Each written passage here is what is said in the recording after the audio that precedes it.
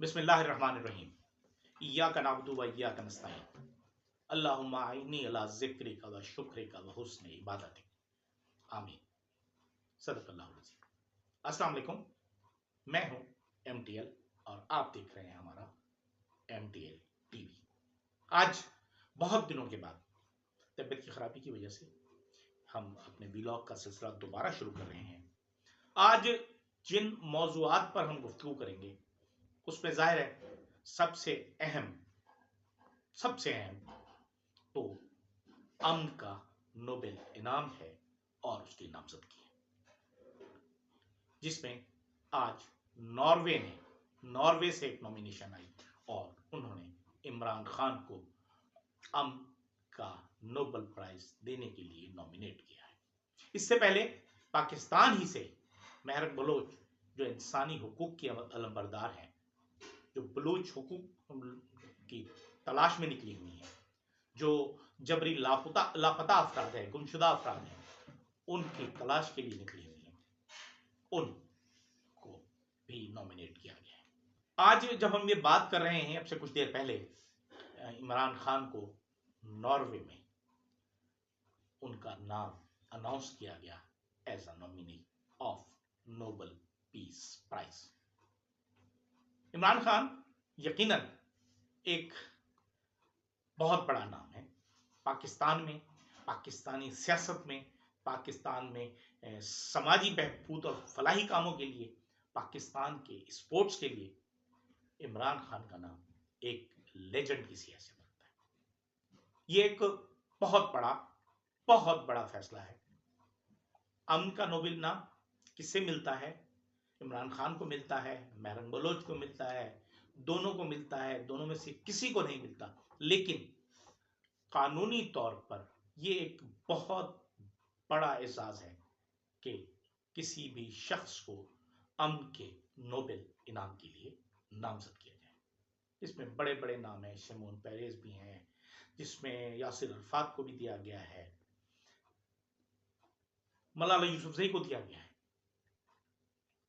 اور اب جب ہم عمران خان کا نام سن رہے ہیں، اب سے کچھ دیر پہلے یہ بریکنگ نیوز ہی ایک لحاظ سے ہے، کل دنیا بھر کے اخبارات میں یہ خبر ہوگی، شاید پاکستان کا میڈیا نہ دکھائے، شاید پاکستان کا مین اسٹریم میڈیا نہ دکھائے، لیکن ایک بہت بڑا کام ہو گیا۔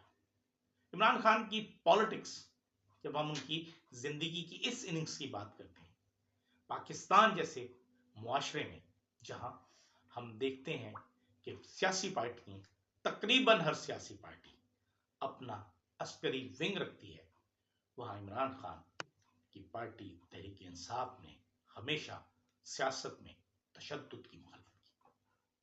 بہرحال جیل میں تقریباً 600 دن سے زائد وقت گزارنے کے باوجود آج عمران خان ایک طرف اسٹیبلشمنٹ سے گفتگو کر رہے ہیں، اور اسٹیبلشمنٹ اس وقت پھنسی ہوئی ہے۔ میری بنیادی طور پر میں یہ سمجھتا ہوں کہ اسٹیبلشمنٹ اس وقت پھنسی ہوئی ہے اور وہ مجبور ہے کہ وہ عمران خان سے معاہدہ کرے، لیکن اس سے زیادہ اہم عمران خان ایک بہت بڑے کامیاب کرکٹر، کامیاب آل راؤنڈر، کامیاب سماجی کارکن، اور اس کے بعد ایک سیاسی لیڈر، پاکستان کے سابق وزیر اعظم۔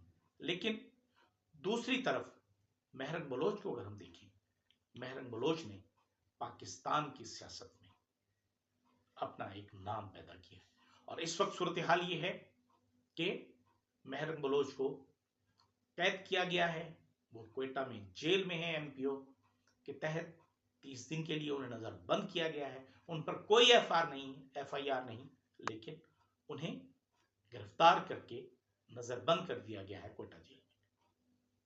یہاں اگر ہم دیکھیں کہ اس وقت ایک طرف بلوچ ہیں، بلوچ سردار ہیں، دوسری طرف ایک بلوچ عام نوجوان ہے۔ جب ہم یہ دیکھتے ہیں کہ یہ عام نوجوان اور یہ پڑھا لکھا تعلیم یافتہ نوجوان ہے، جس نے بلوچستان میں اپنے حقوق کے حصول کے لیے علم اٹھایا ہے، اس کے ہاتھ میں بندوق نہیں ہے۔ ہم آج دیکھ رہے ہیں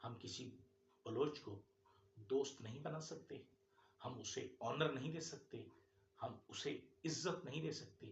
دوسری طرف اگر ہم دیکھیں اس وقت عمران خان سے اسٹیبلشمنٹ کی جو خبریں ہیں وہ چل رہی ہیں کہ اسٹیبلشمنٹ اور عمران خان کے درمیان جیل میں گفتگو ہوئی۔ وہ کیا وقت آیا ہے کہ این آر او اس وقت اسٹیبلشمنٹ مانگ رہی ہے۔ کیا اسٹیبلشمنٹ چاہتی ہے کہ فوج اور فوجی اداروں کو عمران خان کچھ نہ کہے؟ یہ سوچنا ہمارے ان ذہین لوگوں کا کام تھا جب 8 فروری کو گزشتہ برس انتخابات ہوئے۔ انہوں نے کیوں نہیں سوچا یہ؟ کیا ان کے علم میں نہیں تھا؟ کیا انہوں نے نفسیات نہیں پڑھی ہوئی تھی؟ کیا وہ یہ نہیں سمجھتے تھے کہ عمران خان جو کسی بھی طور سے کرپٹ نہیں ہے، ان کا نواز شریف اور آصف علی زرداری سے کوئی موازنہ ہے؟ نہیں ہے۔ پھر ان کے مزاج کا کوئی موازنہ ہے؟ یہ سوچنا چاہیے تھا حکمت عملی بنانے سے پہلے، اور اسی کے مطابق حکمت عملی بنائی جاتی۔ آج ہم یہ دیکھ رہے ہیں کہ پاکستان میں جو کچھ ہو رہا ہے، کیس پر کیس بنایا گیا۔ اسلامی تاریخ میں صرف ایک مثال ملتی ہے کہ آپ نے کسی کو نکاح کرنے پر سزاوار ٹھہرا دیا۔ یہ امت مسلمہ کی 1450 برس کی واحد مثال ہے۔ اگر وہ کرپٹ ہوتا تو اس پر کرپشن کے الزامات لگنے چاہیے تھے، حقیقی الزامات۔ اب آپ دیکھیں ایک نیا وہ کہتے ہیں پنجابی میں نیا کٹا کھل گیا۔ جس الزام کے تحت اس وقت عمران خان جیل کی سزا کاٹ رہے ہیں، 190 ملین پاؤنڈ، جو کبھی ان کے پاس نہیں آئے، وہ برطانوی عدالت کے حکم کے مطابق وہ پیسہ سپریم کورٹ میں آیا۔ اجازت پاکستان کی حکومت یقیناً دی۔ پاکستان کے خزانے میں وہ پیسہ کبھی جا ہی نہیں سکتا تھا۔ اس وقت وہ پیسہ سپریم کورٹ کے اکاؤنٹ سے پاکستان کے خزانے میں چلا گیا ہے، جو بالکل غیر قانونی ہے، اور اس پر ایک کیس چلانا پڑے گا مستقبل میں، کیونکہ یہ پیسہ حکومت پاکستان کا نہیں ہے، یہ پیسہ سندھ حکومت کا ہے، سندھ کی زمینوں کا پیسہ ہے، اس کی قیمت ہے یہ، جو بحریہ ٹاؤن کو سپریم کورٹ نے جرمانے کے طور پر سزا دی کہ آپ نے یہ کم قیمت زمین خریدی تھی، اس کے پیسے آپ سپریم کورٹ کو دیں، سپریم کورٹ میں جمع کریں۔ وہ پیسہ جانا چاہیے تھا حکومت سندھ کے اکاؤنٹ میں، اب وہ چلا گیا کہاں؟ وفاقی حکومت کے پاس۔ اور ہماری وفاقی حکومت الحمدللہ ایسی ہے کہ ہمارے وزیر اعظم کو دیکھ کر تو جیسے ہی وہ سامنے نظر آتے ہیں تو لگتا ہے جیسے انہوں نے مانگنا ہی ہے، بھیک ہی مانگنی ہے، انہوں نے اور کوئی کام نہیں کرنا۔ اور کہتے بھی ہیں خود بیچارے کہ ہم مانگنے تو نہیں آئے لیکن مجبوری ہے۔ دوسری طرف امریکہ میں ایک پاکستان ڈیموکریسی بل پیش ہونے جا رہا ہے، لیکن اس سے پہلے 1 مارچ کو ایک بل ٹیبل ہو چکا ہے جس میں پاکستان کی وہ خصوصی حیثیت جو پاکستان فیوریبل ملک تھا نان نیٹو کنٹریز میں، وہ ختم کیا جا رہا ہے۔ اگر وہ ہو گیا تو پاکستانی فوج کا بہت نقصان ہوگا۔